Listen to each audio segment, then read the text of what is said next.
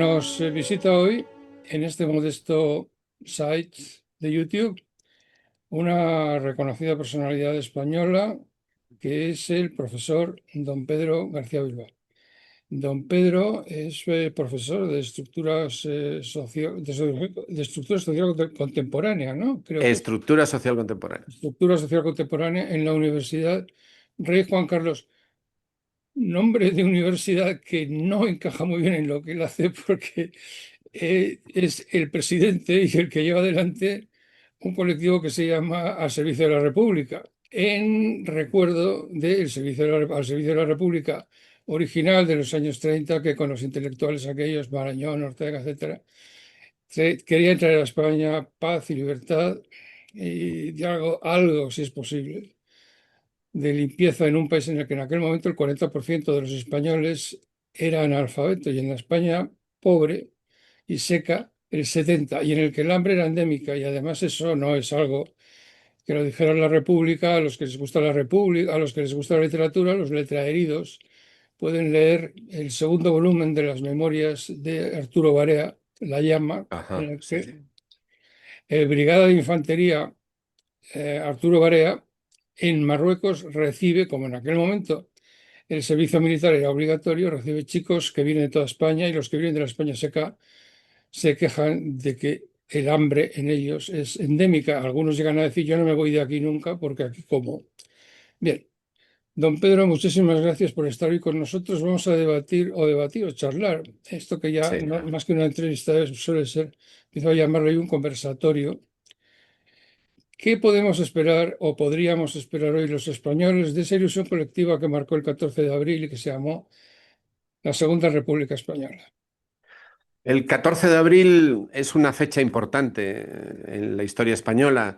Es, en primer lugar, es la fecha de un triunfo compartido, de un triunfo popular, en el más popular sentido de la palabra, porque es el pueblo el que llenó las anchas avenidas del país adelante y lo hizo en todas partes. Lo hizo en Cataluña, lo hizo en Madrid, en el País Vasco, en Galicia, en Andalucía, en la ancha Castilla.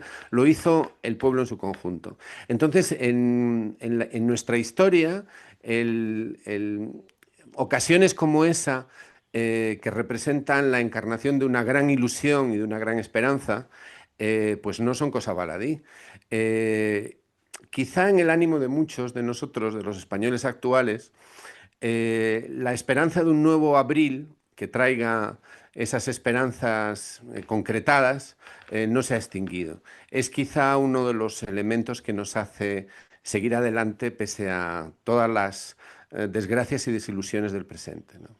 El 14 de abril como una fecha de futuro, porque fue una fecha que está unida necesariamente a la ilusión y la esperanza, que en aquel caso tomó cuerpo. Y bueno, por qué no puede volver a ser? Sería desde luego de otra forma, en otras circunstancias, pero lo importante es que muchos de los problemas que generaron aquel 14 de abril siguen existiendo y no se han resuelto. Es decir, en el haber del presente tenemos todavía unas cuantas cuestiones que resolver, ¿no? Y a un nuevo 14 de abril, a una nueva república, a eso le llamamos una victoria del pueblo. Entonces, este pueblo necesita victorias. Encontrarse con sí mismo y reconstruir su convivencia y su lugar en el mundo. Y a esa ilusión, a eso le llamamos república. Es muy hermoso lo que ha dicho usted. Es muy hermoso, sí. Pero ahora yo tendría que preguntarle cuáles son esas deudas que no se han pagado. O dicho de otra manera más política, ¿cuáles son las deudas que la transición nos ha impedido pagar? Bueno, el tema de la transición, Claro, nosotros vivimos claro, en es la clave un somos los poco del herederos de la asunto. transición. Vivimos en un mundo marcado por la transición. Usted dice que quedan cosas por resolver. Yo le pregunto, ¿qué es lo que se ha quedado sin resolver en este mundo de la transición? Bueno, no hemos consolidado en nuestra posición en el mundo como un país soberano y plenamente independiente. Seguimos teniendo bases extranjeras en nuestro territorio, seguimos teniendo, esto en un plano más geopolítico, si usted quiere, seguimos teniendo botas británicas, botas norteamericanas y tenemos botas de otro tipo que son las de capitales extranjeros que siguen condicionando nuestro quehacer nacional. Eso en algunos planos, ¿no? Luego también está, y esto es muchísimo más grave, está condicionada todavía la vida española por algunos problemas no resueltos. La relación con la Iglesia, con las iglesias, tendríamos que decir ahora. Es decir, España no es un estado laico, es un estado aconfesional, pero digamos que sigue habiendo ahí cuestiones que limar, que aclarar, ¿no? Tenemos una cuestión que tiene que ver con lastres del pasado que se traducen en la peculiar composición que tiene y conducta que tiene nuestro sistema judicial. Tenemos también cuestiones No, que tienen que perdone, ver. no lo he Sí. entendido. ¿Eso qué quiere decir? Que no entiendo lo del sistema judicial. Lo de la Iglesia sí, lo de la judicatura no. Bueno, la judicatura es quizá uno de los... La forma concreta en que la judicatura funciona en España tiene muchos de esos lastres que tienen que ver con el pasado. Es decir, en ese proceso de transición en el que se compró, se trocó un poquito de libertad a cambio de una total impunidad del régimen anterior, digamos que la justicia se fue de rositas. Es decir, la justicia del régimen franquista transitó con pleno éxito y sin ningún tipo de responsabilidad al momento presente. Y aunque esto fue hace mucho tiempo, de aquellos lastres, de aquellas aguas vienen estos lodos, ¿no? Y el comportamiento del que se queja muchísima gente hoy en el presente sobre la cuestión del Estado de la Justicia tiene que ver con la forma en que se concretó la transición en el ámbito judicial. Es decir, vamos, no podemos suponer que los jueces del Tribunal de Orden Público pasen a ser demócratas y defensores de valores constitucionales de un día para otro simplemente porque lo ponga el BOE. Pues eso fue lo que ocurrió, ¿no? Al menos sobre el papel. Pasaron a componer la Audiencia Nacional de un día para otro. Es decir, cuando una institución no resuelve los lastres del pasado y se construye sobre la base de la impunidad, la probabilidad de que se envilezca es real. Y el caso de la justicia es algo particularmente grave porque los jueces juegan un papel muy importante en el sistema democrático. No estoy diciendo yo con esto que la justicia sea franquista. Lo que estoy diciendo es que la justicia tiene que ser ejemplificadora. Y el que jueces que habían tenido un papel muy importante en todo el arquitrabe, en toda la estructura represiva del régimen franquista, que los jueces vivieran en su persona esa experiencia de impunidad total, eso tiene que afectar necesariamente al espíritu con el que acometen su ejercicio, ¿no? Yo creo que todos hemos visto esa película sobre los juicios de Nuremberg que se hizo en Estados Unidos con aquella historia de aquel juez encarnado por Spencer Tracy. Yo creo que ese tipo de escenas aquí no se han visto. Vamos a ver, Portugal. Portugal. En Portugal se juzgó a los jueces. Hubo una veintena, no llegó a 30, de jueces que fueron procesados y algunos en concreto fueron condenados. Hubiera estado muy bien una actuación ejemplificadora de ese tipo, simplemente para empezar con buen tiento en nuestra marcha democrática en la transición, pero eso no ocurrió. Esto es, por ejemplo, uno de esos lastres. ¿Por qué no podemos hablar de eso habitualmente? Porque de esto no se habla habitualmente. Eh, claro, luego nos sorprende los líos que tenemos con el papel de los aforados, el papel del Consejo General del Poder Judicial, estas andanzas a las que nos tienen acostumbrados últimamente determinados actores judiciales o esta conexión que hay entre poder político y poder judicial en España. Todo eso tiene que ver con la forma tan peculiar en la que tuvo lugar nuestra transición. A esto me refería yo con uno de los lastres. Y fíjese, querido Zorrilla. El primer lastre ha demostrado ser un melón notablemente, notablemente importante y amplio, ¿no? Bueno, pero eso es lo que usted creo que dice, creo entenderle, que se tenía que haber depurado la judicatura en aquellos años y no se hizo. Pero han pasado 40 años, ya no lo podemos hacer. Entonces, no sé cómo decir, no veo yo cómo se pueda pagar la deuda. Pasados ya 40 años, no vamos a sacarles de las tumbas como se hacía en los tiempos de la Inquisición, como se hizo con los padres de Luis Vives para quemarles en efigie, ¿no? No se puede. ¿Qué vamos a hacer? Más que haberle dado la medalla del mérito policial al jefe de la social, que fue Billy el Niño, ¿qué más quiere que le diga, no? Pero esto es lo que se hizo. Ahora ya no tiene arreglo. Han pasado 40 años y la mayor parte de esas personas ya están muertas. Es lo que hay. Es decir, ha habido una generación que ha sufrido mucho, ¿no? Que es la generación de nuestros padres, pero que fueron rojos. Mi familia, como fue conservadora, no tuvo esos problemas. Pero dése usted cuenta de que hace 30 años se presentaba un señor ante un juez y decía, bueno, pues mi abuelo o mi padre, Agapito, yo sé positivamente porque me lo ha dicho el sacristán, me lo dijo un chico que en aquel momento era monaguillo, tal, está entre la higuera y el chopo, enterrado. Y Ujú. entonces viene el juez y le dice, muy bien, lo lamento muchísimo por su señor padre, pero las exhumaciones solo pueden tener lugar en un proceso, en el curso de un proceso judicial. Como ese crimen ya ha prescrito, porque han pasado más de 30 años, que es la prescripción del asesinato, no podemos levantar la tumba. Entonces, eso fue una cosa que yo desde el principio vi con asombro, pero así fue. Es decir, es una de las cosas que se hizo que es incomprensible. Se ha terminado por hacer 40 años después. Otras no, otras no. Una gran deuda que tuvimos con la Brigada Lincoln y que Claro. claro, les dio Negrín cuando se fueron. El año 38, en el vano intento de que las democracias, bueno, democracias, que no ayudaban a la República, vieron que se iban los que ayudaban a la República, en el vano intento de decir, bueno, pues ahora retirarán a la Legión Cóndor y retirarán a los 80.000 voluntarios italianos, ¿no? Para nada.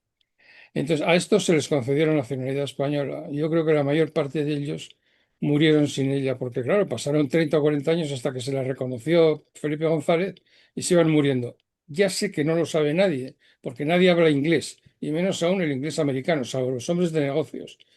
Pero entre ellos, entre esa gente que Ujú. luchó en la Brigada Lincoln, bueno, la Brigada Lincoln es muy importante en la historia de Estados Unidos porque es Sí, la primera unidad que entra en combate y que está plenamente integrada desde el punto de vista racial. Allí había correcto. chinos, japoneses, indios, judíos, por supuesto, no solo es que hubiera negros, es que, o sea, John Law fue el primero que comandó, Exactamente, que exactamente. comandó a una unidad en combate y cayó en el frente. Y ya, se hizo un día en Chicago el día de John Law, ¿no? Entonces, bueno, todo eso que sería la unión entre la izquierda o, atención, no la izquierda, una España republicana en la que los republicanos de derechas podrían participar en esos homenajes. Los Ah, claro, republicanos de pero, derechas pero podrían claro. participar en los homenajes a la Brigada Lincoln.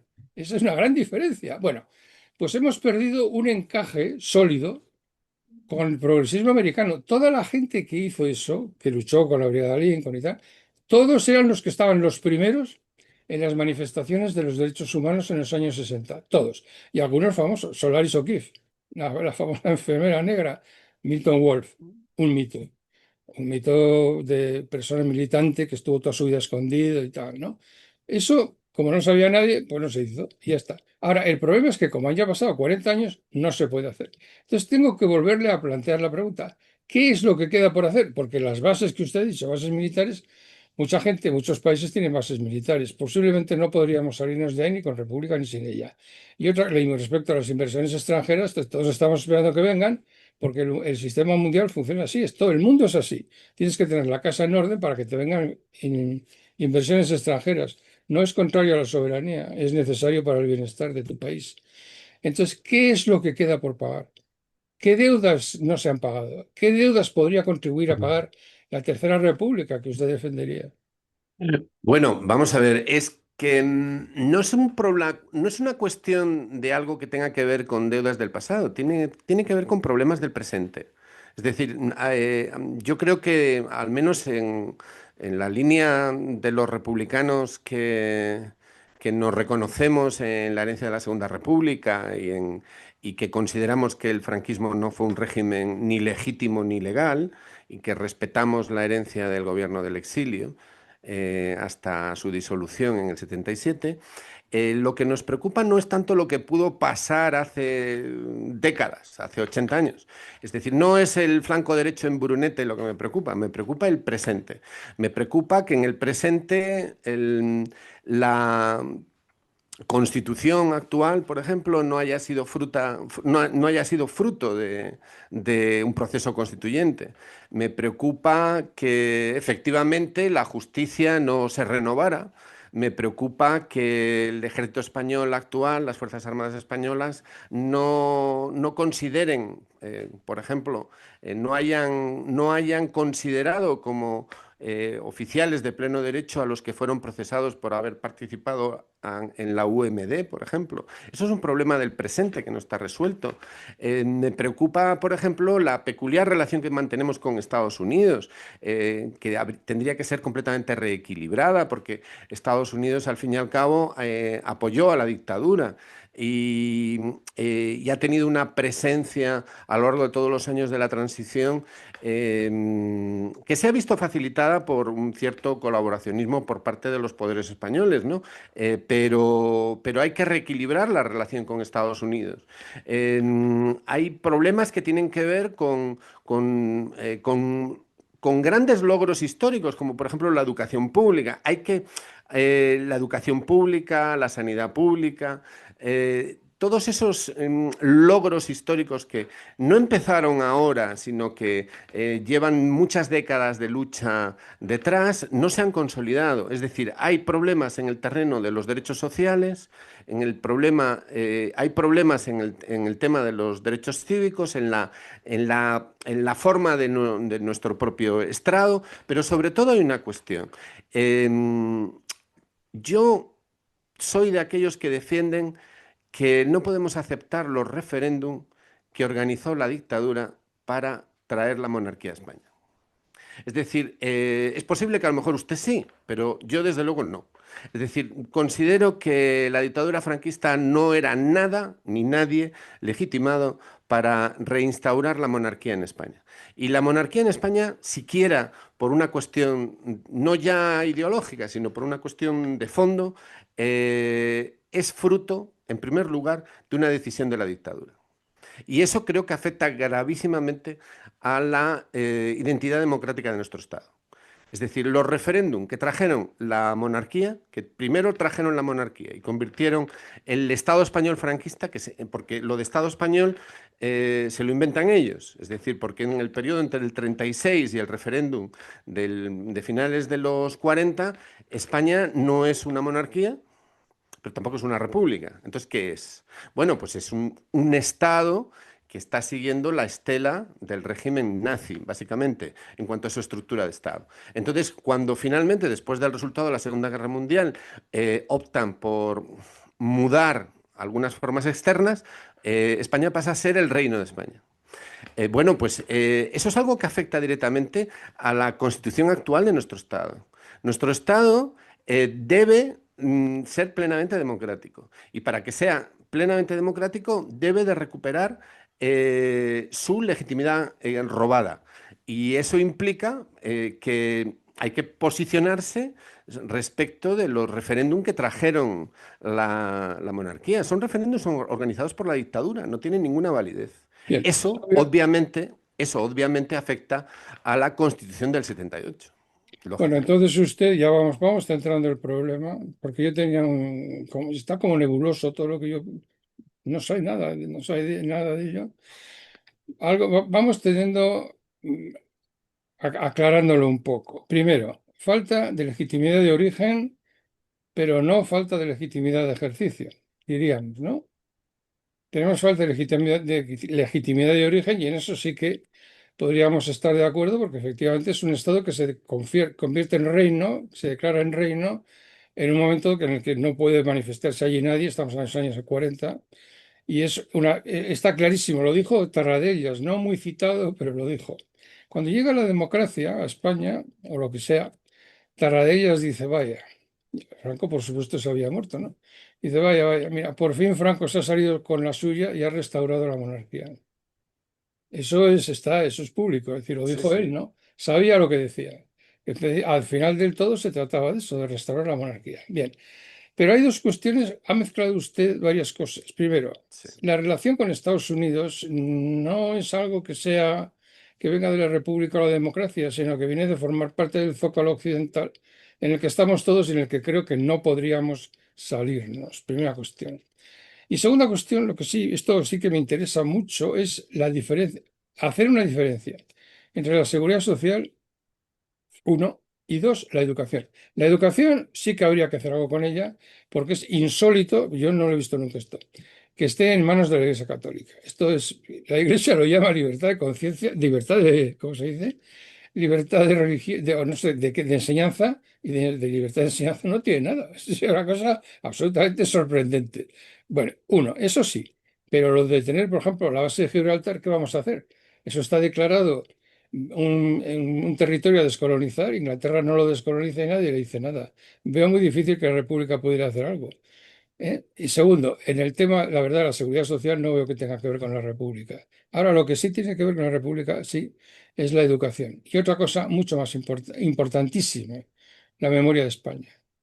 Señor García Bilbao, claro, señor García Bilbao, ¿cómo es posible que habiendo 1.000 republicanos españoles en los ejércitos del Imperio Británico, están recogidos? Acaba de publicarse un sí, libro, sí, sí, Los españoles de Churchill, que además como son muy organizados, los ingleses, nombre, apellido, número de orden, o sea, número de identificación, grado militar, todo está ahí. Mire. Dos, lucharon aunque tampoco lo dice nadie, lucharon en la retaguardia del invasor nazi en Alemania, en Rusia. De hecho, en los bosques de Bielorrusia, hoy, aunque no diga nadie, hay enterrados compañeros nuestros, hay enterrados conciudadanos. Tercero, el maquis español en el sur de Francia.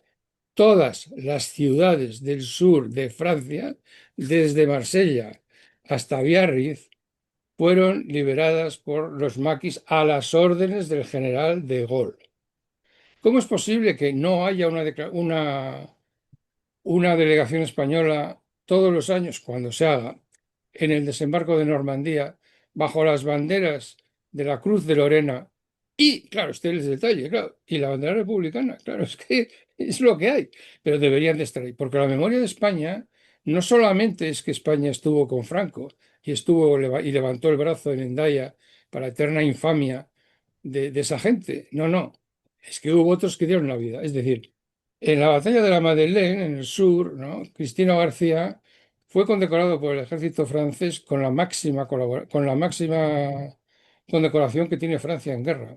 Nada más, nada menos. Fue fusilado Cristino García, pasó a España y fue fusilado por Franco. Era comunista. Bien, entonces, con gente como esa, nosotros teníamos que armar otra identidad de país. Es decir, que, o sea, perdón, España participó, la España leal, hubo una España leal que participó en la Segunda Guerra Mundial, participó con Rusia, con la Unión Soviética, detrás de las fronteras enemigas, y participó.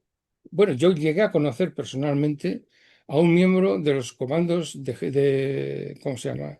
De Churchill cuando yo estuve en Londres, claro. un tipo que trabajaba, que era cocinero de un club muy elegante de Mayfair, había sido luchador de las OSS, no, OSS es americana, de las SAS, y había participado en el desembarco de Normandía, yendo allí con un bote de goma. Y me dijo, eso sí, nada de genialidad. Me dijo, es que era o eso o nos echaban. Entonces, claro, Sí, también efectivamente. conocí, claro, yo también en la partida de Cristino García, ese que en la batalla de la Madeleine hizo una cosa maravillosa, que fue él y 40 o 50 desarrapados, todos españoles, menos creo que había un polaco, dos polacos, todos los demás españoles. consiguió derrotar a una columna blindada de 1.300 soldados al mando de un teniente coronel no sé si de la Wehrmacht o de las SS, von Nietzsche, que se suicidó, claro, al ver que le derrotaban unos desarrapados. Conocí a uno de ellos y me dijo, un español: "Mira, no he comido mejor en mi vida. Allí donde llegaba, todo eran chorizos, jamones, salchichones, todo, nos daban de todo porque luchábamos por ellos. Ahora, eso sí, tuvimos que ir al maquis porque, tío, esto está claro, o el maquis o el campo de concentración alemán. O sea, que no eran en absoluto solemnes ni luchaban por la libertad. Es que si no defendían a la República Francesa, los mandaban a Auschwitz. No, Auschwitz no, como A Mauthausen. Mauthausen, sí, que yo 2 veces lo he visitado. Ajá. O sea que sí que efectivamente hay algunas cosas, pero son muy, vamos a ver si nos entendemos. De las que hemos mencionado, graves y gordas, creo yo, la más gorda es la educación. Y la más gorda también es las relaciones a que somos un país que no es laico, es simplemente aconfesional, que no entiendo cómo eso lo pudo pedir la Iglesia Católica. Me supera. Y además lo pidió, no sé si usted lo sabe, el hermano de Basilio Martín Patín, el cineasta, que pasaba por ser un cura de lo más progresista que había en España y se juntó allí con sus chicos demócratas cristianos y tal en el Paular y decidieron que iban a pedir eso y lo consiguieron. Yo no entiendo cómo esto es posible que 200 años después de haberse hecho la Revolución Americana estemos todavía siendo confesionales. Bueno, es otro tema grave. Otro tema, la memoria histórica. Pero no son temas, podríamos decir, nodales.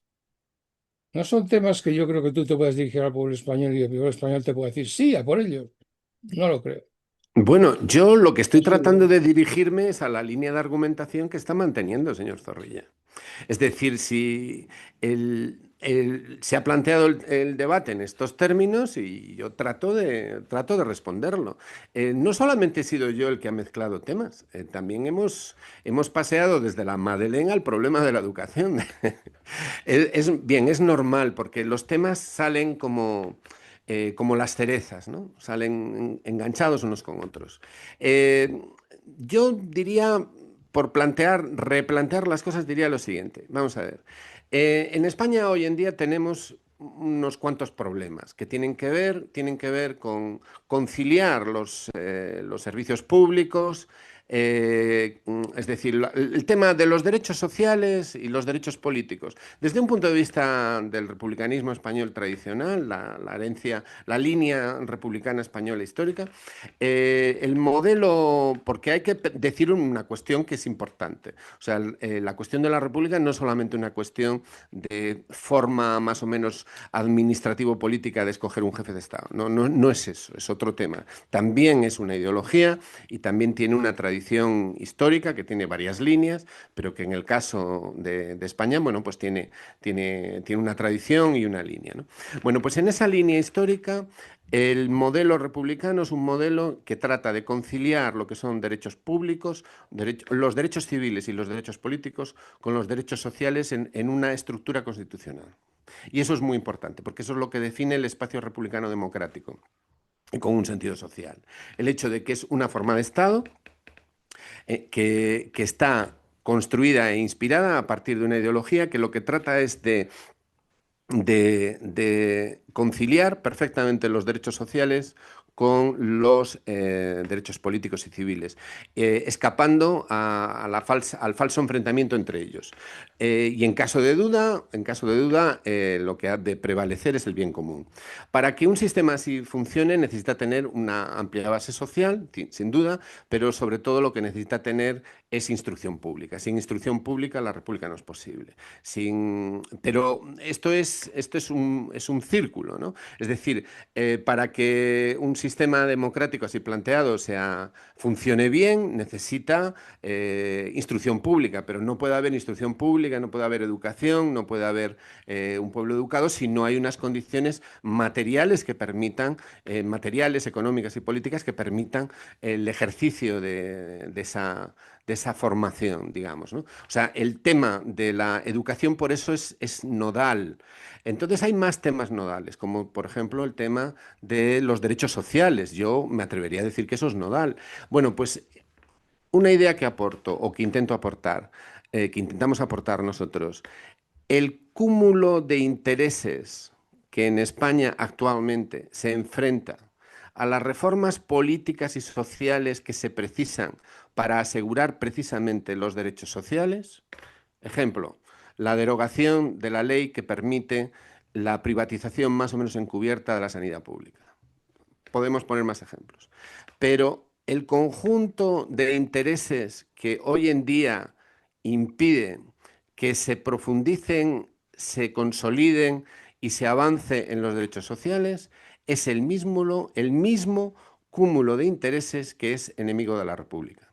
La lucha por la República no es una lucha que tenga que ver con un planteamiento de insuficiencia filosófica o de algo de ese estilo o una nostalgia sobre el pasado, no, es algo central que tiene que ver con nuestro momento presente. Cuando avanzamos en la lucha por conseguir un Estado que esté constitucional e institucionalmente comprometido con la defensa de los derechos sociales, y con un modelo democrático, participativo y con sensibilidad social, y que todo eso esté plasmado institucionalmente y constitucionalmente, cuando avanzamos en esa lucha, estamos avanzando en la lucha por la República. ¿Por qué? Porque los enemigos de la República son también los enemigos de esos avances sociales que sin duda necesitamos en el presente. Y eso es una idea fundamental. O sea, ¿usted cree que si España en vez de ser monárquica fuera republicana, habría menos peligro de que se privatizara la seguridad social? Pues yo veo grandes repúblicas en el mundo que son repúblicas y que se ciscan en la seguridad social pública, ¿eh? De Ah, la no me manera más cabe la menor absoluta. duda, pero es que repúblicas sin republicanos hay muchas. Recordemos a Pérez Galdós. Pérez Galdós nos lo dice en Fortunata y Jacinta, que es ocurre en un momento muy interesante de la historia de España, que es en 1869, cuando Prim, la Revolución Gloriosa, ha quitado de en medio a los Borbones. Y bueno, hay ese interregno ahí, aunque la novela no va de eso, va de Fortunata y Jacinta, ese es el momento histórico, ¿no?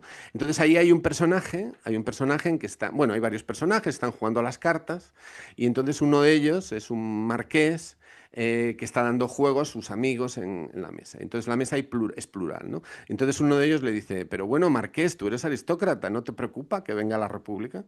Y entonces el marqués le dice, no, las repúblicas, como todo, se pueden comprar con dinero. A nosotros lo que nos preocupa son los republicanos. Es el republicanismo lo que nos preocupa. Y eso es lo que está en trance de ser erradicado. Porque esa definición que he dado de un marco constitucional en el cual derechos sociales estén armonizados con los derechos públicos, con los derechos civiles y políticos, y que en caso de duda se aplique el bien común y que tenga todo como base la educación y la participación de un pueblo culto, eso hoy en día es el enemigo público número uno de la mayor parte de los poderes instituidos en el mundo. Por tanto, no podemos decir que esto es algo del pasado, es algo que desgraciadamente es muy necesario en el presente, ¿no? Repúblicas sin republicanos y sin republicanismo hay las que usted quiera, señor Zorrilla.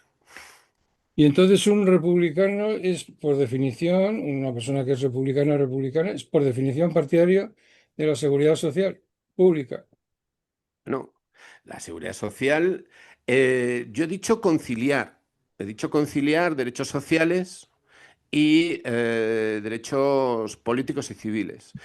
No recuerdo ahora exactamente en detalle cómo está funcionando el tema de la salud pública en Suiza, pero el modelo suizo, al menos por el momento, está garantizando el acceso a la población a la sanidad. Luego están procedimientos administrativos diversos. Aquí de lo que se trata es de que los derechos sociales estén en salvaguarda. Pero hay una cuestión fundamental que se está escapando entre las lindes de nuestro debate. No habrá nada de esto, ni la república, ni la monarquía, ni ningún otro régimen que nos pudiéramos inventar, tendrían nada de esto si no fueran como resultado de un proceso histórico en el cual lo que tuviéramos sería una victoria del pueblo. Una victoria del pueblo y de las fuerzas democráticas. inspiradas en este tipo de valores. Si no hay una victoria colectiva, es decir, si el régimen político no es el resultado de un proceso de cambio y de transformación y de victoria colectiva inspirada en este tipo de valores, entonces podremos tener cualquier cosa, pero desde luego no un sistema que concilie derechos sociales y derechos políticos y civiles. Y esa es la clave. Si la República en España en el futuro viene como resultado de un descarte de la monarquía, de un agotamiento de la monarquía, de los errores, por no decir los crímenes de la monarquía, que no deja de ser la tapadera de todo el tinglado, si en algún momento la monarquía dejara de tener su función social, que es la de actuar como tapadera de toda una red de intereses sociales a los que sirve y por los cuales es mantenida, si en algún momento se produjera un derrumbamiento moral y público, no privado, sino público de la monarquía y dejara de poder cumplir la función que actualmente cumple, no nos debiera de extrañar que los mismos que se han beneficiado de la guerra, se beneficiaron de la dictadura y se han beneficiado de la transición, fueran los mismos en proceder a un cambio hacia una república hipotética, ¿no? Pero eso no sería una república, eso sería una forma de Estado en la que tratarían de perpetuar las posiciones de poder y privilegio que han estado detentando bajo distintos regímenes desde el 39 para acá. Yo de la república de la que estoy hablando es la de que es aquella república que fuera fruto de un triunfo colectivo del pueblo español en su conjunto, una victoria compartida. Eso sería una república que tendría ciertas posibilidades de ser ese día de triunfo y de esperanza como fue aquel 14 de abril. Hace usted una llamada, al menos tal y como yo lo veo, a un sujeto político que por el momento no existe. Porque tengo para usted, vamos, es mi opinión, ¿eh? Esto no es dogmático, pero yo tengo para usted una mala noticia y otra quizás algo mejor, no sé. La buena noticia sería que hoy España no es en absoluto monárquica, pero la mala es que tampoco es republicana. Ah, claro. Este es el problema, es decir, España como sujeto, ese sujeto histórico que en un momento determinado, el 2 de mayo de 1808, le acribilla la artillería francesa. Y a diferencia de los franceses que lo aguantaron, porque quien ametralló al pueblo que venía corriendo a poner fin a la revolución fue el joven teniente de artillería Napoleón Bonaparte. Se aguantaron los franceses, se volvieron a casa, los que iban allí. Pero estos no, estos agarraron las armas, se presentaron en los cuarteles donde no se presentaron sus compañeros de armas, porque está documentado que David y Velarde, sobre todo Velarde, que era el que mandaba, mandó estafetas y correos, sobre todo al cuartel de Conde Duque, que todavía está felizmente en pie, y ahí les mandó y no quería salir nadie y nadie llegó. Y en ese momento lo que sí llegó fue todo el pueblo que se abalanzó sobre las verjas del cuartel de Monteleón gritando armas, armas. Hubo un momento de duda y parece que a Velarde alguien le dijo, señor, mirad lo que hacéis, porque ya veis cómo abrirle las puertas al pueblo ha llevado a Francia al estado en el que se encuentra. Y entonces Velarde, desde las escaleras del primer piso, se sacó la espada de combate que llevaba de abordaje, porque además había tenido mando de nave, y dijo, ¿no veis que son nuestros hermanos? Abrid la puerta. Y se abrió la puerta y entró el pueblo español. Claro, esto no va a volver a... Bueno, esto volvió a suceder. 18 de julio de 1936. Miedo, Las- miedo me da, señor Zorrilla. No, no, esto es historia. Estoy hablando de historia, lo que ha sucedido. 18 de julio de 1936. La muchedumbre se echa, los que no han podido armarse, porque hubo gente que se armó, claro, ¿no? evidentemente. Yo en algunos sitios hasta sé dónde lo hicieron, ¿no? En fin, en la calle Piamonte, por ejemplo, Sí. estaban mira cómo lo sabía, estaban las milicias de la UGT. Bueno, los que no habían podido armarse se dirigieron a un parque de artillería que yo he tratado de recordar. ¿Dónde demonios he leído En eso? Pacífico, en Pacífico. Pacífico. Estamos Empezaron, hablando de un barrio de Madrid. sí, y se agolparon todos allí y dijeron, lo mismo, armas, armas. Y entonces un comandante se puso allí encima de un pollete y dijo, ciudadanos, no hace falta que reclaméis lo que es vuestro. Vuestros antepasados en parecida ocasión se llegaron a las puertas del cuartel de Monteleón, lo pidieron y se les dio. Y vosotros también lo vais a tener. No os preocupéis, las armas son vuestras, sois el pueblo. Bueno, vamos a ver. Es- Espera. Dijo, consentir solo que nosotros, que somos los técnicos, organicemos esto de una manera profesional. Abrir las puertas. Joder, qué emoción, ¿no? eh, Ahora, sin, claro, esto, joder, es que me emociono. Y es que, joder, claro, claro que el es pueblo para... entra, coño, ¿qué más puedes pedir, no? Y cuando venían Vamos, los extranjeros a ver qué estaba pasando en Madrid, ¿dónde les llevaban? A abrir el Museo del Prado. ¿Y qué les enseñaban? El 2 de mayo. Estamos haciendo lo mismo, nos estamos defendiendo de los moros de ojos azules, o sea, los alemanes, de la legión extranjera y de los nazis y de los italianos, que fueron 80.000 italianos vinieron aquí, el cuerpo de trupe voluntaria, joder. Y nada, pues no hubo manera. Eso lo cuenta Arturo Garea también en su tercer libro de memorias, ¿no? De si ya no es la guerra de Marruecos, ¿no? Y perdimos. Perdimos. Perdió el pueblo español y ya está, y no hay más remedio, es lo que hay. Y no hay más que ver cómo fue la guerra civil. La guerra civil, Franco bombardeaba a la población civil de Madrid, pero no al barrio de Salamanca. Fue una guerra de clase. O sea, es que es claro como el robo. Vamos, es que es claro, claro como el agua. Joder. No bombardeaba el barrio de Salamanca. Joder, es que es algo más descarado ya. Es imposible, ¿no? Y bueno, nada, tuvo ¿qué ese vamos a hacer? componente. Hay que pensar que para lo que se construyó con el franquismo, el régimen de Alfonso XIII era también despreciable. Sí, sí, sí, sí, Es sí. decir, que supuso una ruptura en la historia española. Pero una ruptura, es decir, no fue retroceder al momento anterior a la República, no, no, es que también fue una ruptura conceptual y profunda con todo el proceso histórico que había llevado a que un día el pueblo se encontrara a sí mismo en esas anchas avenidas del 14 de abril. Es decir, también rechazaban la herencia del constitucionalismo español liberal del siglo XIX y también rechazaban el régimen de la Restauración. Eh, es decir, rechazaban el camino que España había, desde aquel 2 de mayo de 1808, había intentado construir y emprender para poder algún día desarrollar su propio potencial en paz y libertad. El franquismo en ese sentido fue algo pues muy peculiar, ¿no? Yo siempre he pensado que los detalles son muy importantes y se nos han hurtado muchas veces los detalles, los detalles.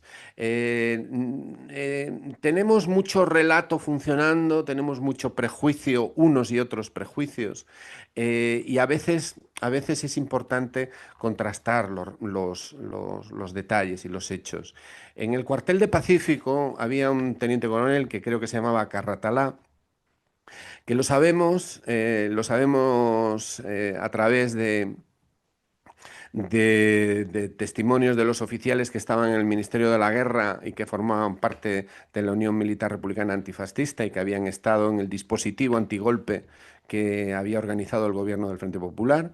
Sabemos que el teniente coronel, creo que es Carratalá, tendría que ver mis notas, ¿no?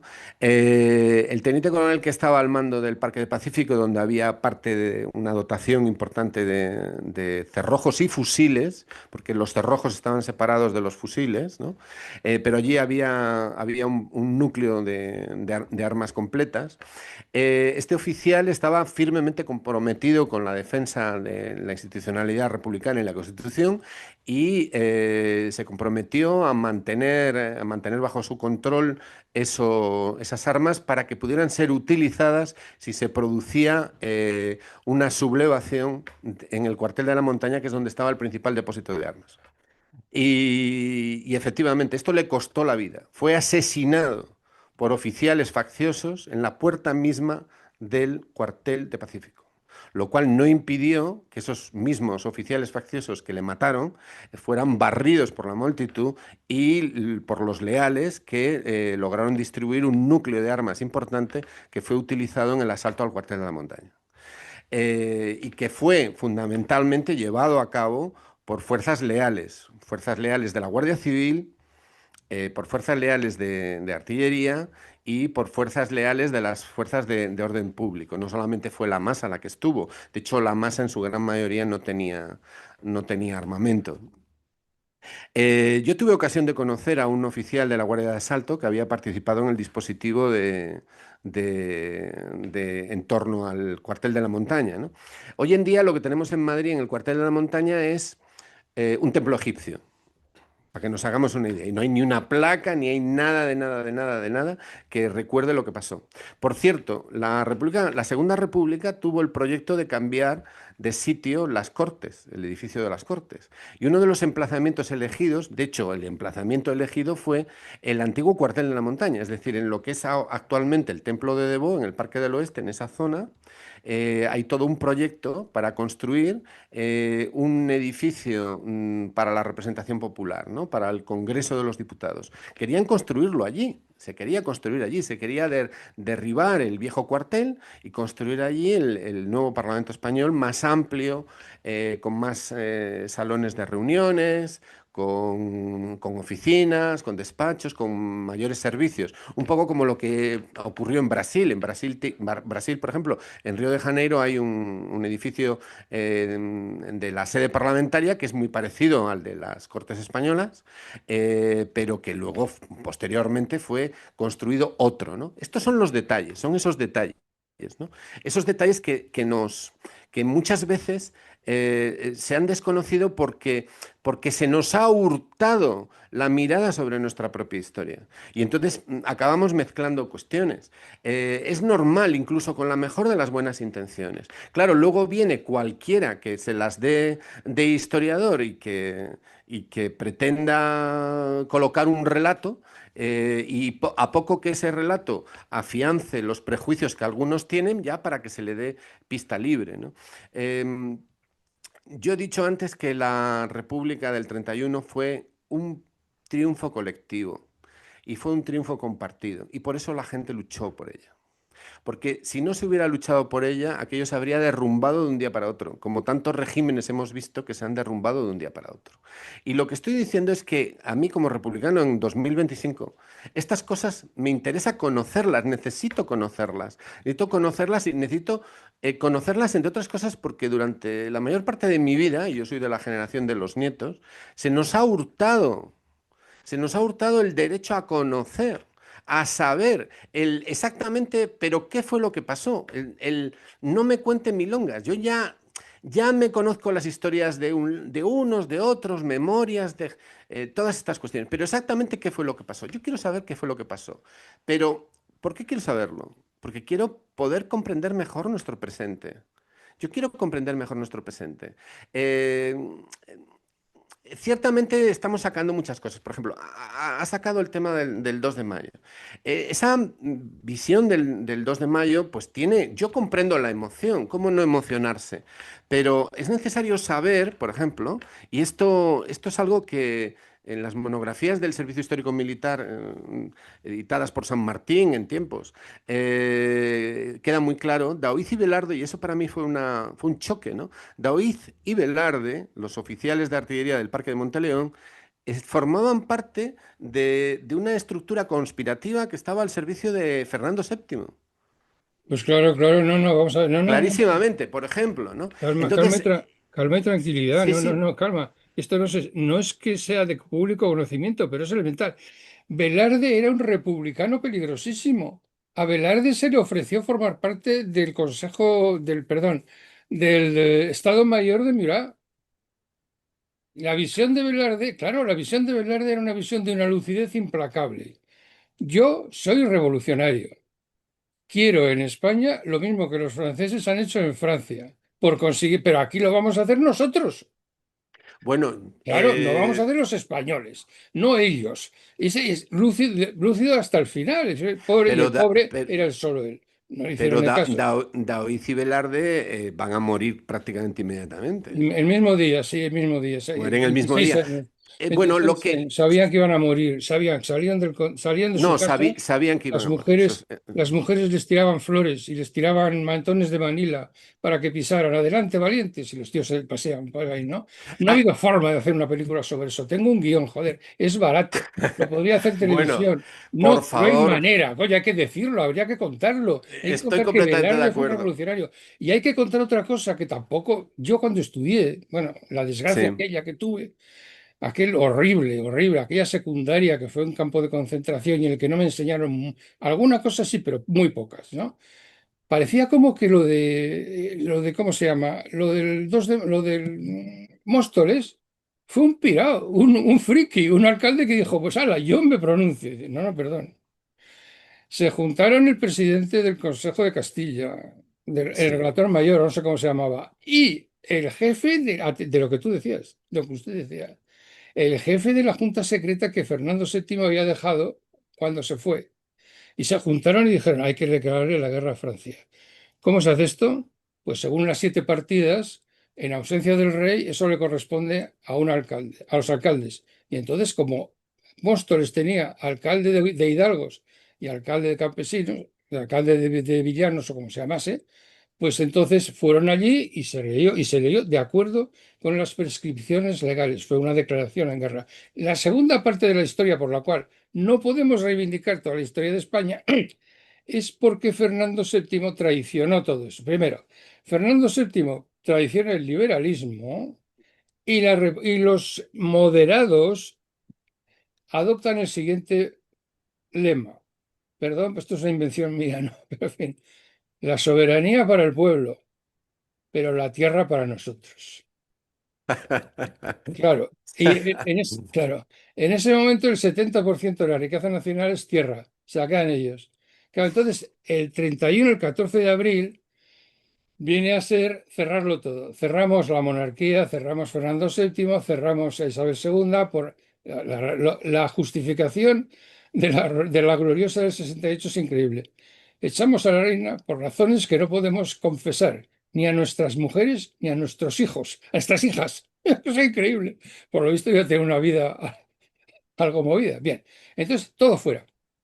Y volvemos a empezar. Y por supuesto, naturalmente, nos hacemos laicos y eliminamos a la Iglesia. Porque, claro, no nos equivoquemos, ¿eh? En esto la Iglesia ha ganado. Es decir, el proyecto original era poner la segunda enseñanza en manos de la institución libre de enseñanza. Y en lugar de eso se puso en manos del Opus y de la Iglesia. Y ya se acabó. La instrucción pública, como muy bien lo dice en una frase magnífica, pero como se habla de Junco, las escuelas católicas hacen buenos católicos, pero no buenos ciudadanos. Tienes Bueno, razón. Y ahora te quiero contar una cosa que no sabe nadie, muy poca gente, ajá. sobre la Iglesia, que demuestra cómo la Iglesia ganó la guerra, y eso sí que es auténtico y real, la sigue ganando. Rodríguez Zapatero montó un equipo de 13 personas justas para ver qué hacía con el Valle de los Caídos y cómo sacaba a Franco de allí. Pues no lo sacó. Y no lo sacó porque el arzobispo de Madrid, Rouco Varela, le dijo, no sacarás a Franco del Valle. Y no lo sacó. Bueno, Eso vamos es a ver. inédito, eso en Europa Occidental y en cualquier sitio, eso no puede ser. Pues aquí es así, y eso es consecuencia de la guerra civil, de que Pero vamos a ganó ver, la Iglesia. Zorrilla, ¿te da, ¿se da usted cuenta, Zorrilla, de la cantidad de melones que está poniendo encima de la mesa para que los destripemos? ¿eh?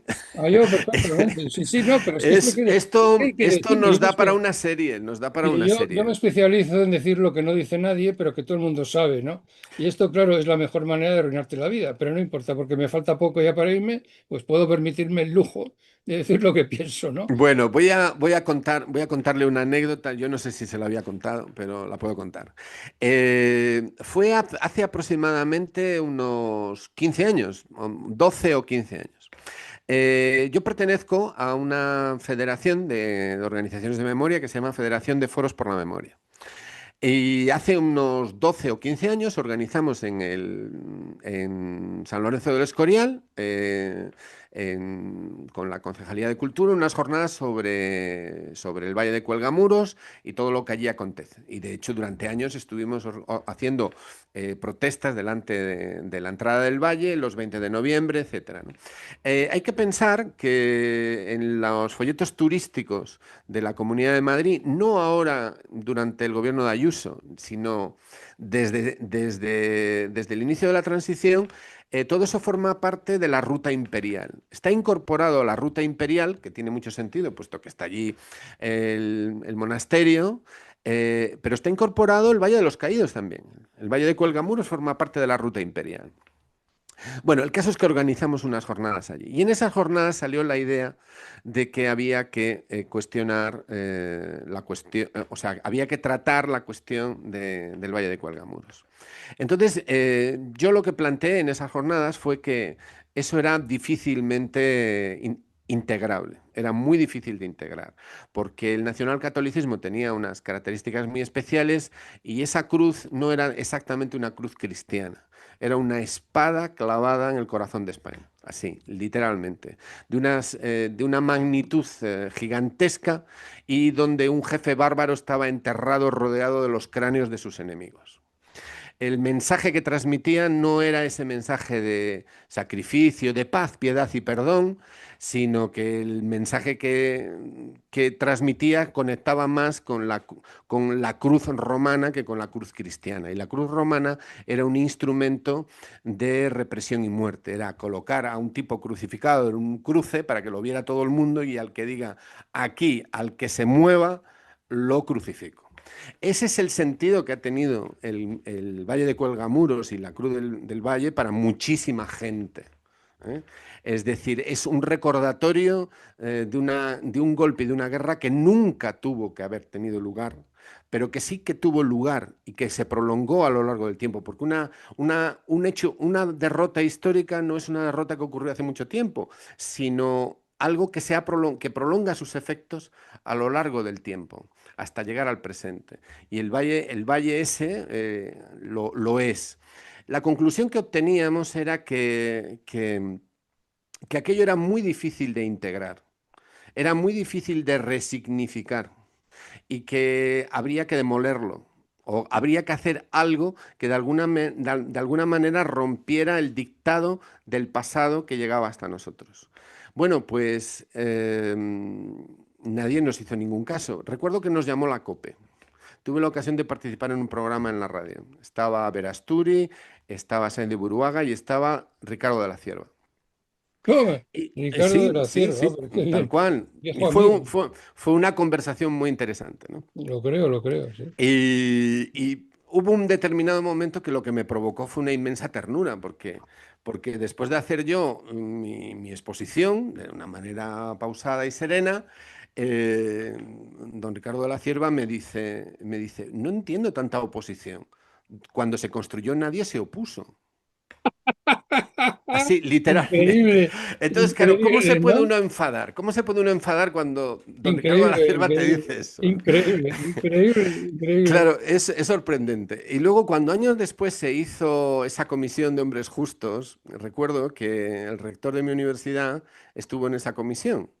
Y uno de sus colaboradores, un amigo, me dice, me lo encuentro en el pasillo de la facultad y me dice, Pedro, pero tú eres partidario de demoler la cruz. Bueno, y yo le dije, bueno, o volarla o demolerla con cariño, pero o lo que quiera, pero eso es difícil de integrar, ¿no? Es decir, vamos a hablar de esto sinceramente. Bueno, por supuesto, la opción que nosotros planteábamos, la de que hay que resignificar, pero seriamente, eso ni siquiera se planteó. Ni siquiera se ha planteado. Pero hay un detalle muy importante, porque aquí la cierta derecha carga brutalmente contra Zapatero o contra el Partido Socialista por el supuesto crimen de odio que han cometido, bueno, todo este tipo de argumentos que utilizan. Miren, yo quiero recordar una cosa. Franco fue enterrado allí con los honores de jefe de Estado. Y Franco salió sin que su condición de jefe de Estado en el Boletín Oficial del Estado fuera cuestionada. Es decir, entró jefe de Estado y salió jefe de Estado. Por tanto, lo que ha habido es un traslado de restos, porque a Franco ya le tienen amortizado. Ya le tienen amortizado. No hay ningún problema. Lo cambian de un sitio para otro y ya está, y no pasa nada, ¿no? Eh, Esto es una constante. El tema de Franco es utilizado como una pantalla, porque saben que se sabe que hay contradicciones en esto. Pero yo repito una vez más, a mí no me preocupa, y a los republicanos no nos preocupa lo que ocurrió hace 80 años. Eso forma parte del pasado. Lo que me preocupa es el presente. Lo que me preocupa es que los militares de la Unión Militar Democrática no hayan podido tener sus carreras militares completas y no hayan llegado al generalato ninguno hoy en día. Que cuando hay un acto civil y militar en Francia que recuerde a militares franceses que eran españoles republicanos incorporados a las fuerzas de la liberación de Francia, el Estado español esté presente, porque han estado presentes en los jardines de la 9, en el Ayuntamiento de París, con ocasión de la llegada de la 9, y al señor secretario de Estado de Memoria se le llena la boca hablando de todas estas cosas, pero defensa no va, defensa no va. Defensa no se considera implicado en este asunto y el gobierno del que forma parte el Ministerio de Defensa no tiene opinión al respecto. Es decir, debemos de suponer que lo que opina el gobierno es lo que opina el Ministerio de Defensa. O al revés, me da exactamente igual. El resultado es que cuando se ha enterrado ahora a un oficial asesinado en Melilla el 18 de julio de 1936 por ser leal a sus mandos y a la Constitución, y cuando se ha entregado los restos de ese oficial a su familia, ese oficial había dejado por escrito que pedía un reconocimiento del ejército el día que se le enterrara en algún momento en el futuro. Pues Defensa no ha estado en ese acto. No ha estado. ¿Por qué? Porque no los consideran. En Guadalajara, que es donde yo vivo, aquí tuvo lugar el Día de las Fuerzas Armadas. Y las Fuerzas Armadas desfilaron un día por aquí, por una de las avenidas, y a menos de 2.000 metros estaba el lugar donde fue ejecutado un capitán de la Guardia Civil, que era el asesor de seguridad del gobernador, de Guadalajara en 1936 y que fue ejecutado en 1939. Y le ejecutaron con toda la parafernalia simbólica de la ocasión, con banda de música, escuadra de gastadores y desfile de la tropa delante del cadáver. Y cuando ahora en 2000 no sé cuánto, porque esto fue hace 5 o 6 años, no, fue en la época de Rajoy. Desfila el ejército español a 2 kilómetros de por allí, no hay ni un solo reconocimiento a ese oficial. Ni un solo. A mí me preocupa que en el presente, simbólicamente, el Estado español no reconozca como militares a los militares que fueron leales en el pasado. Eso me preocupa, porque eso afecta a nuestra identidad democrática hoy. Es al presente. Yo no estoy hablando del pasado, estoy hablando del presente. Hay una cuestión, bueno, de esto quizás podríamos hablar en otra ocasión, pero yo creo, por ejemplo, que en lo referente a memoria histórica internacional, o sea, el maquis, el desembarco de Sí, Normandía, etcétera, etcétera, porque claro. vamos a ver, son 1.000 españoles luchando con Churchill, bueno, con Inglaterra, y más los que estaban detrás de las líneas enemigas, los que están desde ¿cómo se llama? Desde Marsella hasta Biarritz, que lo liberan. Yo Sí. creo que eso justifica el que que estuviésemos presentes en Normandía, pero, y ahora es cuando voy a decir una cosa, que no sé qué opina la gente. Yo creo que eso debería de ser bajo la presencia, con la presencia del rey de España.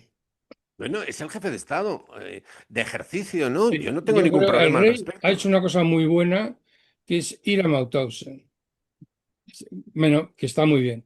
Y ahora debería, la próxima vez que haya cosas, actos en Normandía, debería decir España participó ahí con las unidades del Maquis, sacar adelante la Cruz de Lorena y ponerla allí.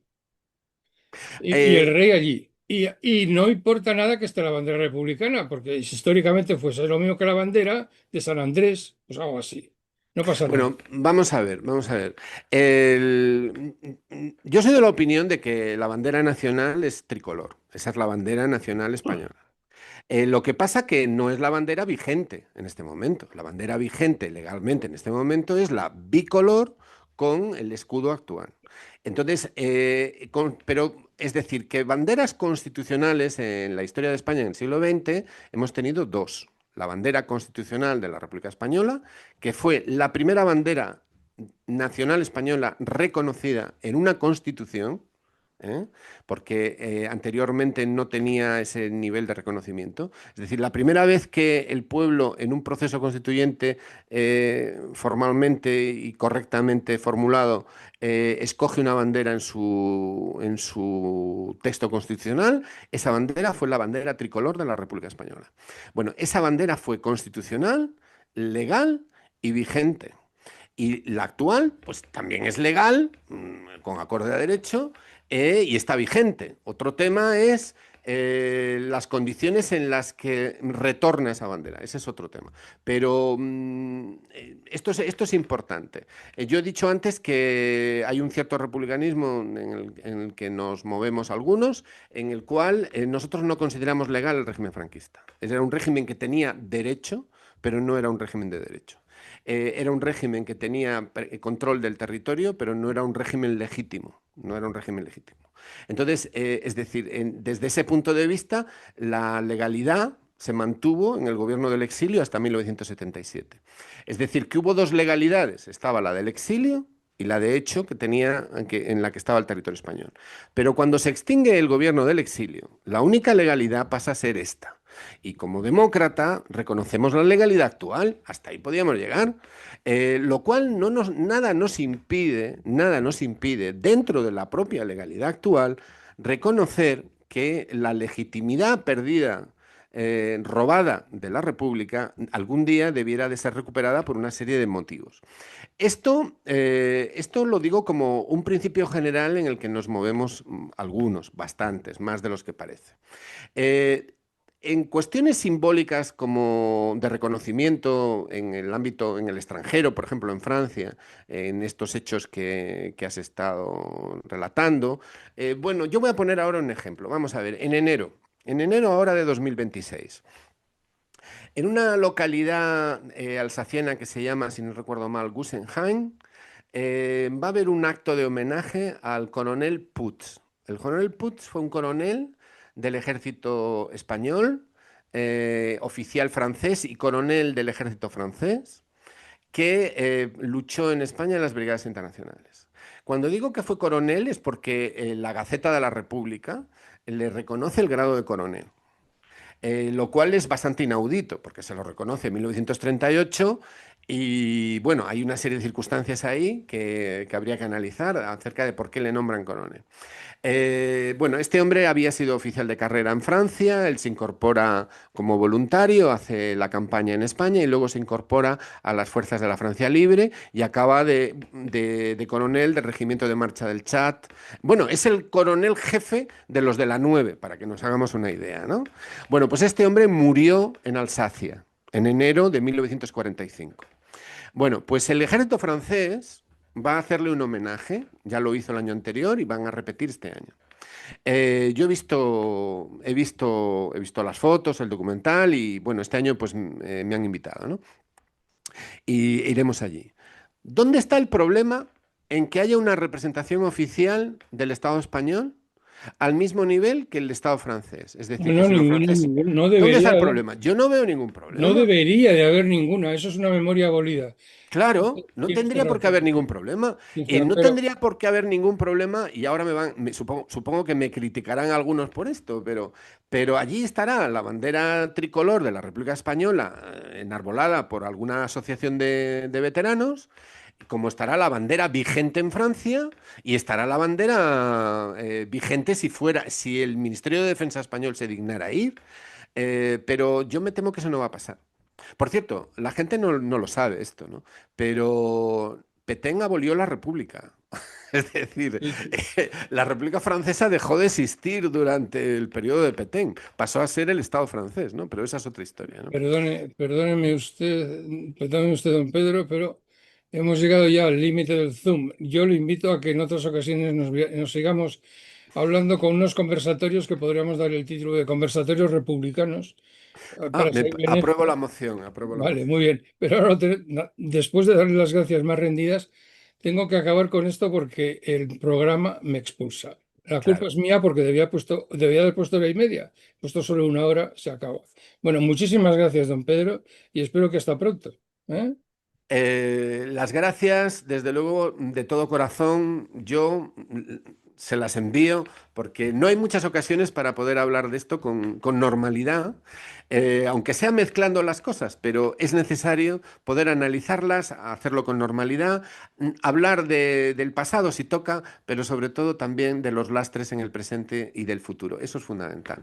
Así que... espero que podamos tener ocasión de volver a charlar sobre estas y otras cosas. Sí, muy bien, muchas gracias. Hasta pronto.